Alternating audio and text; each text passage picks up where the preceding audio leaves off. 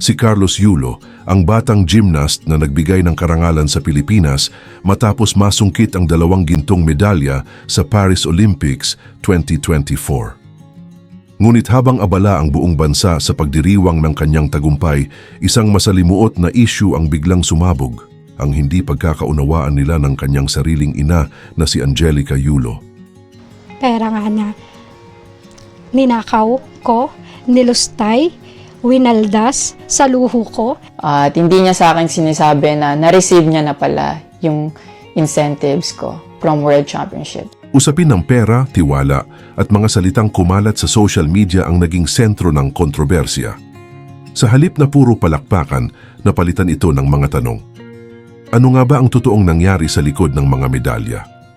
Paano nauwi sa hidwaan ang relasyon ng isang Olympic champion at ng pamilyang unang naniwala sa kanyang pangarap?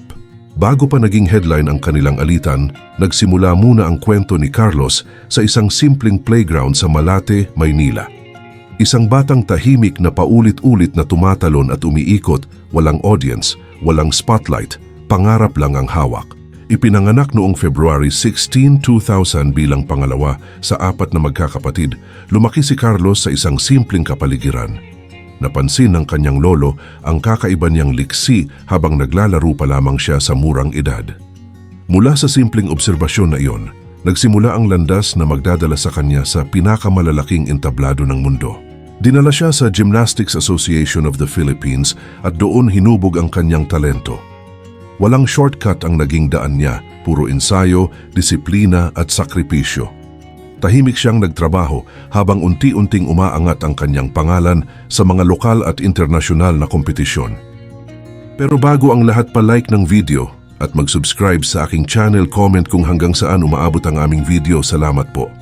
Noong 2019 World Championships, unang nasilayan ng buong mundo ang tunay niyang lakas nang masungkit niya ang gintong medalya sa floor exercise. Isang makasaysayang sandali dahil siya ang kauna-unahang Pilipino na nagwagi ng World Championship gold sa gymnastics. At nang dumating ang Paris Olympics 2024, tuluyang nagningning ang kanyang pangalan. Hindi lang isa kundi 2 gintong medalya ang kanyang naiuwi sa floor exercise at vault. Sa loob ng 2 araw, isinulat niya ang kanyang pangalan sa kasaysayan bilang kauna-unahang Pilipinong double Olympic champion sa larangang iyon. Kasabay ng karangalang ito ay ang sunod-sunod na gantimpala. Mula sa pamahalaan at pribadong sektor, umabot sa mahigit 60 million pesos ang kabuuang insentibo, kabilang ang cash rewards, condominium unit at pangakong bahay at lupa bilang pagkilala sa kanyang sakripisyo. Ngunit ilang araw lamang matapos ang tagumpay, isang kontrobersya ang lumutang. Lumabas sa social media ang hindi pagkakaunawaan nila ng kanyang ina tungkol sa mga insentibo at pamamahala sa pera. Andun yung pain na parang sabihan ka ng anak mo na magnanakaw. Ayon kay Carlos, may mga halagang pumasok sa kanyang bank account na hindi niya agad nalaman. Sa gitna ng ingay ng publiko, naglabas siya ng pahayag upang linawin ang kanyang panig. Kikita kami ng mama ko at hindi niya sa akin sinasabi na na-receive niya na pala yung incentives ko from World Championships. Hindi lang yon, nadamay din sa usapan ng kanyang long-time girlfriend na si Chloe San Jose, isang content creator mula Australia. Hinusgahan niya po agad si Chloe sa pananamit at sa pag-akto po niya. May mga ulat na hindi umano naging komportable ang kanyang ina sa relasyon na ito at dito raw lalong lumalim ang tensyon sa kanilang pamilya. Habang lumalaki ang issue, napansin ng marami ang mga pangyayari sa kanyang personal na buhay, mga selebrasyong hindi kumpleto ang pamilya at mga sandaling si Chloe ang nasa tabi niya habang tinatanggap ang mga batikos ng publiko. Samantala, naglabas din ng pahayag ang kanyang ina, nagsasabing ang kanyang mga naging salita ay bunga lamang ng pag-aalala bilang magulang. Ako ay isang ina na saktan dahil ang mabait na anak na pinalaki ko ng maayos at mabuting tao ay hindi na nakikinig sa mga paggabay ng magulang. Sa gitna ng lahat ng ito, pinili ni Carlos ang katahimikan kaysa sa palitan ng masasakit na salita. Paulit-ulit niyang sinabi na mahalaga pa rin sa kanya ang pamilya at umaasa siyang darating ang panahon ng pagkakaayos. Ngayon pagsapit ng 2026, tila unti-unti nang bumabalik ang katahimikan sa kanyang buhay. Makikita siya sa ilang pagkakataon na masayang kasama ang kanyang mga kapatid at si Chloe. Indikasyon na kahit paano ay unti-unti ring naghihilom ang mga sugat. Sa huli, ang kwento ni Carlos Yulo ay hindi lang tungkol sa mga medalya na kumikislap sa ilalim ng ilaw ng entablado. Isa rin itong paalala na kahit ang mga taong tila perpekto sa mata ng publiko ay may mga laban na hindi nakikita. Madaling purihin ng isang atleta kapag siya ay nananalo, pero bihira nating makita ang bigat na dala nila sa likod ng kamera. Sa gitna ng ingay ng social media, ipinakita niya na ang tunay na lakas ay hindi lang nasusukat sa ginto, kundi sa kakayahang manatiling mahinahon sa gitna ng kontrobersya. Walang medalya ang kayang pumalit sa katahimikan ng isang maayos na relasyon sa pamilya, at marahil ito ang pinakamahirap na laban na hinaharap niya ngayon. Habang patuloy na umuusad ang kanyang karera, mas nagiging malinaw na ang tunay na sukatan ng tagumpay ay hindi lang ang dami ng tropeyo, kundi kung paano mo hinaharap ang mga sugat na hindi nakikita ng mundo. Sa totoo lang, hindi madaling maging isang simbolo ng inspirasyon sa mata ng publiko. Kapag nanalo ka, parang pagmamay-ari ka ng buong bansa. Lahat may opinyon, lahat may inaasahan, at minsan kahit ang personal mong laban ay nagiging usap-usapan ng mga taong hindi mo naman kilala.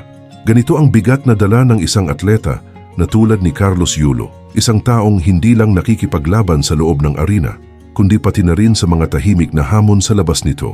Maraming beses na ipinakita ni Carlos na kaya niyang tumayo sa sarili niyang paa, hindi lang bilang gymnast, kundi bilang isang taong may sariling paninindigan. Sa bawat isyong dumaan, mas pinili niyang manatiling kalmado kaysa makisabay sa ingay ng mundo. Hindi niya sinagot ang lahat ng batikos, hindi rin niya pinatulan ang bawat komentong kumalat online. At marahil doon, makikita ang maturity na hindi agad napapansin, ang kakayahang manahimik kahit may dahilan kang sumagot. Habang ang iba ay nakatutok lamang sa drama ng kanyang buhay, may mga sandali rin na tahimik siyang naghahanda para sa susunod na yugto ng kanyang karera. Sa likod ng kamera, patuloy ang ensayo, patuloy ang paghahanda, at patuloy ang paghubog sa sarili. Ipinapakita nito na kahit gaano kalaki ang ingay sa paligid, ang tunay na laban ay nananatili sa loob ng training hall, doon kung saan nagsimula ang lahat. At kung titingnan natin ng mas malalim, ang kwento ni Carlos ay sumasalamin sa realidad ng maraming Pilipino. Ilan sa atin ang kailangang pumili sa pagitan ng sariling pangarap at inaasahan ng pamilya. Ilan ang dumaan sa hindi pagkakaintindihan habang sinusubukang patunayan ang sarili. Sa ganitong paraan, mas nagiging relatable ang kanyang kwento. Hindi lang siya isang Olympic champion, kundi isang taong dumaraan din sa parehong emosyon na nararanasan ng marami. Sa kabila ng mga pagsubok, may mga palatandaan na unti-unti nang nagiging maayos ang mga bagay. Makikita sa kanyang mga kilos ang mas mahinahong aura. Parang isang taong natutong tanggapin na hindi lahat ng laban ay kailangang ipanalo sa harap ng publiko. Minsan, sapat na ang tahimik na paghilom at ang pag-usad pasulong kahit walang nakatingin. At marahil ito ang pinakaimportanteng bahagi ng kanyang kwento. Ang realization na ang tunay na lakas ay hindi lang nasusukat sa dami ng medalya o halaga ng premyo, kundi sa kakayahang manatiling mabuting tao sa gitna ng kaguluhan. Ang pagpili na magpatawad, ang pagpili na maghintay ng tamang panahon para maghilom ang sugat, at ang pagpili na manatiling totoo sa sarili kahit maraming opinyon ang bumabalot sa iyong pangalan. Sa huli, ang kwento ni Carlos Yulo ay hindi lang tungkol sa isang atleta na nagtagumpay. Isa itong paalala na ang bawat tagumpay ay may kasamang sakripisyo at ang bawat sakripisyo ay may aral na maaaring magbigay inspirasyon sa iba.